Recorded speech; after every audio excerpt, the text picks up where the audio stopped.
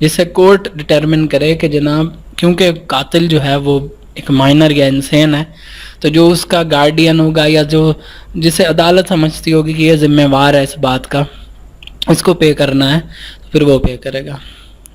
ایک اور چیز، if offender is minor but mature enough to realize the consequences of his act, he may also be punished with imprisonment of either description up to 25 years۔ یہ بات بڑی اہم ہے۔ اب قانون کی نظر میں وہ شخص جس کی عمر 18 سال سے کم ہے وہ مائنر کہلاتا ہے، لیکن لا یہ بھی کہتا ہے، اب اس کا یہ مطلب تو نہیں کہ ایک لڑکا ہے یا ایک بچہ ہے وہ 14-15 سال کا ہے، قانون کی نظر میں تو مائنر ہے، اب یہ تو تھوڑا ہے کہ وہ قتل کرتا پھرے تو اس کو جو ہے وہ چھوڑ دیں گے دیت لے کے، نہیں، ایسا نہیں ہے۔ قانون یہ کہتا ہے کہ اگر قتل کرنے والا مائنر ہے لیکن وہ اتنا سمجھدار ہے کہ اس کو یہ پتہ چلتا ہے کہ میں جو حرکت کی ہے یا میں جو حرکت کرنے جا رہا ہوں اس کا کیا نتیجہ نکلتا ہے، یعنی کہ فار ایگزامپل اس کو پتہ ہے کہ پسٹل سے شوٹ کروں گا، کسی کا سر میں گولی ماروں گا تو وہ مر جائے گا، تو ایسی صورت میں کورٹ جو ہے اس قاتل کو 25 سال تک کی قید کی سزا بھی دے سکتی ہے دیت کے ساتھ ساتھ۔ نیکسٹ پوائنٹ کیا ہے؟ If there is no wali for diyat, offender shall be punished with imprisonment of either description up to 25 years as تعزیر، کہ اگر جس شخص کو قتل کیا اس کا کوئی ولی وارث ہی نہیں ہے جسے دیت دی جائے تو پھر کیا ہوگا؟ پھر ایسی صورت میں قصاص تو اپلائی نہیں ہوگا، دیت بھی اپلائی نہیں ہو سکتی، لیکن جس نے قتل کیا اسے سزا تو دینی ہے، لہٰذا تعزیر کے تحت اس کو 25 سال تک کی سزا جو ہے وہ دیں گے، اور پنشمنٹ جو ہوگی وہ امپریزنمنٹ جو ہوگی اس کی وہ آئدر ڈسکرپشن یعنی کہ سمپل بھی ہو سکتی ہے اور ریگوریس بھی ہو سکتی ہے، یعنی قید سادہ بھی ہو سکتی ہے 25 سال تک کی، یا قید بامشقت بھی ہو سکتی ہے۔ پھر کورٹ میں also punish the offender with imprisonment of either description for a term which may extend to 25 years as تعزیر along with دیت۔ لیکن جی یہ پوائنٹ بھی بڑا امپورٹنٹ ہے کہ مقدمے کے حالات اور واقعات کو دیکھتے ہوئے اور سچویشن کی گریوٹی کو دیکھتے ہوئے کورٹ یہ محسوس کرتی ہے کہ خالی دیت لینے سے گزارا نہیں ہوگا، offender ایک شدید جنونی شخص ہے جس نے بڑے ہی وحشیانہ طریقے سے قتل کیا ہے، تو لہٰذا کورٹ یہ سمجھتی ہے کہ اس کو دیت کے ساتھ ساتھ سزا بھی دی جائے، قید بھی دی جائے 25 سال تک کی۔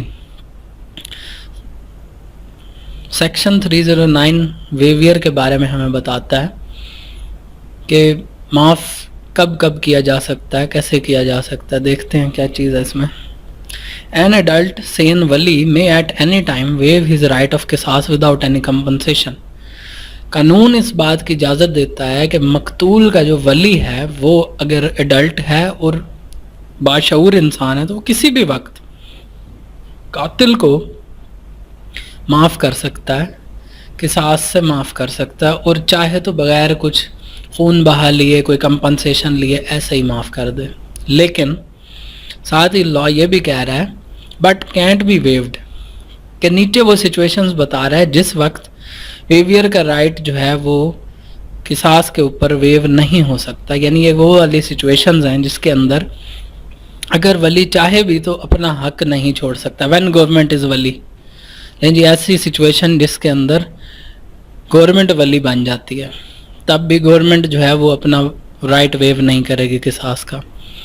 جب ولی جو ہے وہ مائنر ہو یا انسین ہو، یعنی کسی شخص نے کسی دوسرے کو قتل کر دیا، اب ولی بنا اس کا بیٹا، وہ تھا بچہ چھوٹا سا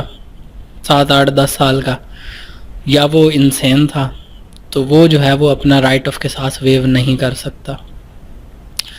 ایک اور بڑا اہم پوائنٹ ہے کہ پرنسپل آف فساد فی الارض از اٹریکٹڈ، اگر قتل ایسے طریقے سے ایسی سچویشن میں ہوا ہے کہ اس قتل سے فساد فی الارض کا خطرہ محسوس ہوتا ہے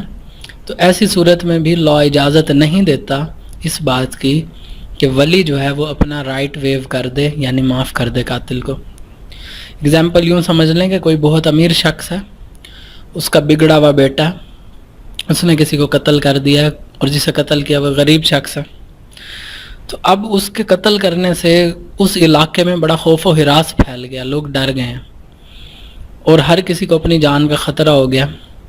کہ جی یہ تو امیر شخص ہے، اس کا بگڑا ہوا بچہ ہے، کہ جب چاہے کسی کو قتل کر دے. تو عدالت ایسی صورت میں یہ دیکھتی ہے کہ اس سے تو فساد فی الارض کا مسئلہ پیدا ہو سکتا ہے, تو لوگ تو انسیکیور فیل کریں گے خود کو. تو ایسی صورت میں اگر مقتول کے وارثان چاہیں بھی تو قصاص کا رائٹ ویو نہیں ہوگا, سزائے موت ملے گی. جی نیکسٹ پوائنٹ ہے کہ when victim has more than one wali and any one of them waives his right of قصاص, کہ اگر وکٹم جو ہے اس کے ایک سے زیادہ ولی ہیں اور ان ولیوں میں سے ایک ولی جو ہے وہ اپنا رائٹ آف قصاص جو ہے اس کو ویو کر دیتا ہے, تو پھر بھی پورے کا پورا ویویئر نہیں لگے گا. یہ نہیں ہوگا کہ معافی مل گئی باقی اس کو قاتل کو, کیونکہ باقی وارثان نے معاف نہیں کیا, لہٰذا باقیوں کو اپنا شیئر آف دیت ملے گا ہی ملے گا. قصاص اپلائی نہیں ہوگا لیکن دیت اپلائی ہوگی. یاد رہے اس سیکشن میں ہم ویویئر کو ڈسکس کر رہے ہیں کہ معافی کب مل سکتی ہے قاتل کو. Where more than one victim waiver against one will not free the offender against others, کہ جب ایک شخص نے ایک سے زیادہ لوگوں کو قتل کر دیا ہے اور کسی ایک مقتول کے وارثان نے اس کو معاف کر دیا ہے, تو اس کا یہ مطلب نہیں ہے کہ اوفینڈر باقیوں سے بھی آزاد ہو گیا. اب ایک بندے نے 4 لوگوں کو قتل کیا تو 4 میں سے کسی ایک کے وارثان نے اگر اس کو معاف کر بھی دیا ہے تو کیا ہوا, باقی 3 کو تو انصاف ملے گا نا. اگر وہ چاہتے ہیں کہ اس کو پھانسی ملے تو ملے گی پھانسی, ایسے تو نہیں چھوڑ دیں گے. Next point, where more than one offenders waiver against one will not free other offenders. یہ بھی ایک سچویشن ہے. اس کے اندر کیا ہوتا ہے کہ ایک سے زیادہ لوگوں نے مل کے قتل کر دیا, ٹھیک ہے, کسی ایک شخص کو, اور اس مقتول کے وارثان نے ان قاتلوں میں سے کسی ایک قاتل کو معاف کر دیا, تو اب اس کا یہ مطلب نہیں ہے کہ باقی قاتل بھی معاف ہو جائیں گے. تو ویویئر کا رائٹ جو ہے وہ باقیوں کے اوپر اپلائی نہیں ہوا, باقیوں سے قصاص ہوگا وصول, یعنی دوسرے لفظوں میں ان کو سزا ملے گی, سزائے موت ملے گی, واٹس ایور جو بھی عدالت فیصلہ کرے گی. تو یہ کچھ کانسیپٹس تھے جو ہم نے سیکشن 306 سے 309 تک ڈسکس کیے, اور اس میں ہم نے یہ دیکھا کہ لا جو ہے وہ کس طرح سے لوگوں کے رائٹس کو سیو کرتا ہے اور لوگوں کو انصاف فراہم کرنے کی کوشش کرتا ہے. امید کرتے ہیں آپ کو یہ ویڈیو اچھی لگی ہوگی, لیکچر سمجھ آیا ہوگا, کنسیپٹس کلیئر ہوئے ہوں گے.